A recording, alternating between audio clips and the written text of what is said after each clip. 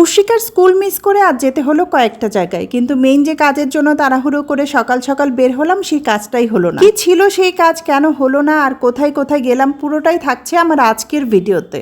আসসালামু আলাইকুম, সবাইকে ওয়েলকাম জানাচ্ছি আমার আজকের ডেইলি ব্লগে। সকালে উঠেই খুব ঝটপট কিছু নাস্তা রেডি করে নিয়েছিলাম। এখানে আমাদের জন্য ডিম সিদ্ধ করেছিলাম আর বাচ্চাদের জন্য নুডলস বানাচ্ছিলাম। আমাদের নাস্তায় ছিল ডিম সিদ্ধ, কলা আর সাথে ছিল চা। সকালে এখন মাঝে মধ্যে এরকম নাস্তা করা হয়, আমার তো বেশ ভালোই লাগে, যদিও রেগুলার করা হয় না। খুব ঝটপট নাস্তা করে বাচ্চাদেরও নাস্তা খাইয়ে আমরা এরই মধ্যে বেরিয়ে পড়লাম। আজ মূলত ছিল উর্শিকার একটা পরীক্ষার ডেট, সে পরীক্ষা দেওয়ার জন্যই আমরা তড়িঘড়ি করে সকাল সকাল বেরিয়ে পড়লাম। কিন্তু দুঃখের বিষয়, যে কাজের জন্য আমরা বের হয়েছি সে কাজটাই হয়নি, মানে পরীক্ষাটা আজকে হয়নি। স্কুল টাইমে বাসা থেকে বের হলে বোঝা যায় যে রাস্তার অবস্থা কত করুণ। 2 মিনিটের রাস্তা আধা ঘন্টা ধরে জ্যামে আটকে থেকে তারপর হেঁটে হেঁটে ঘাম ঝরাতে ঝরাতে আসতে হয়েছে। তো আমরা বাসায় ফিরে আসবো, এরই মধ্যে উর্শিকার নতুন বায়না, সেটা হচ্ছে সে চিড়িয়াখানায় যাবে।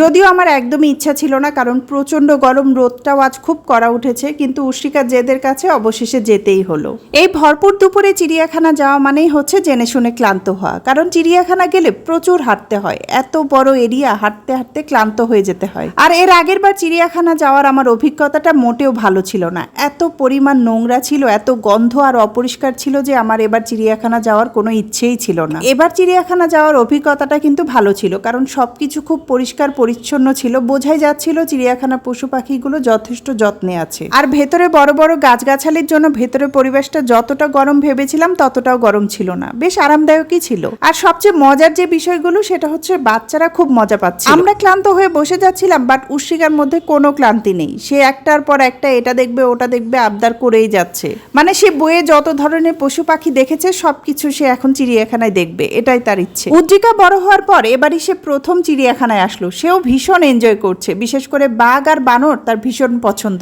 বানরের খাঁচার সামনে থেকে তো তাকে আনাই যাচ্ছিল না, পারলে সে ওখানে বসেই তাদের সাথে গল্প করা শুরু করে দেয়। তো এখানে বিশাল এলাকা জুড়ে আমরা লাটিমের মতো ঘুরছি সাপ দেখার জন্য, কারণ উর্শিকার বায়না সাপ দেখতেই হবে। কিন্তু আমরা কোথাও খুঁজে পাচ্ছিলাম না। তো অবশেষে কয়েকজনকে জিজ্ঞেস করার পর সাপের দেখা পাওয়া গেল। যদিও আমি সেখানে যাব না, কারণ আমার সাপ দেখতে একদমই ভালো লাগে না, বলতে গেলে ভয়ই লাগে, গা শিরশির করে। তো আমি আর উদ্রিকা পাশে দাঁড়িয়েছিলাম, কিন্তু এরই মধ্যে উদ্রিকারও আবার সাপ দেখতে হবে, তাই তাকেও পাঠিয়েছি সাপ দেখার জন্য। মানে বাচ্চাদের সাহস আছে বলতে গেলে। চিড়িয়াখানার ভেতরের এই রাস্তাগুলো কিন্তু বেশ ভালো লাগে, চারপাশে বড় বড় গাছ, মাঝখানে সুন্দর রাস্তা, হাঁটতে খুব ভালো লাগে, ঠান্ডা পরিবেশ। আমরা কিন্তু এরই মধ্যে চিড়িয়াখানা থেকে বাহিরে যাওয়ার পথ ধরে হেঁটে যাচ্ছি। আসলে পুরোটা ঘোরার সময় যতটা এনার্জি ছিল, বের হওয়ার সময় যেন আর পাই চলছিল না, এতটা ক্লান্ত লাগছিল। চিড়িয়াখানার বাহিরে কিন্তু বাচ্চাদের হরেক পদের নানা রঙের খেলনা পাওয়া যায়, যেখানে চোখ আটকে যাবেই বাচ্চাদের। যদিও বাচ্চারা তেমন কিছুই কেনার বায়না ধরেনি। যাই হোক, আমাদের ঘোরাঘুরি শেষ, এখন বাসার পথে রওনা দিয়ে দিলাম। তো আজকের ভিডিওটি এই পর্যন্তই। এতক্ষণ সাথে থেকে পুরো ভিডিওটা দেখার জন্য সবাইকে ধন্যবাদ। কথা হবে নতুন কোনো ভিডিওতে, সে পর্যন্ত ভালো থাকবেন সবাই। আল্লাহ হাফেজ।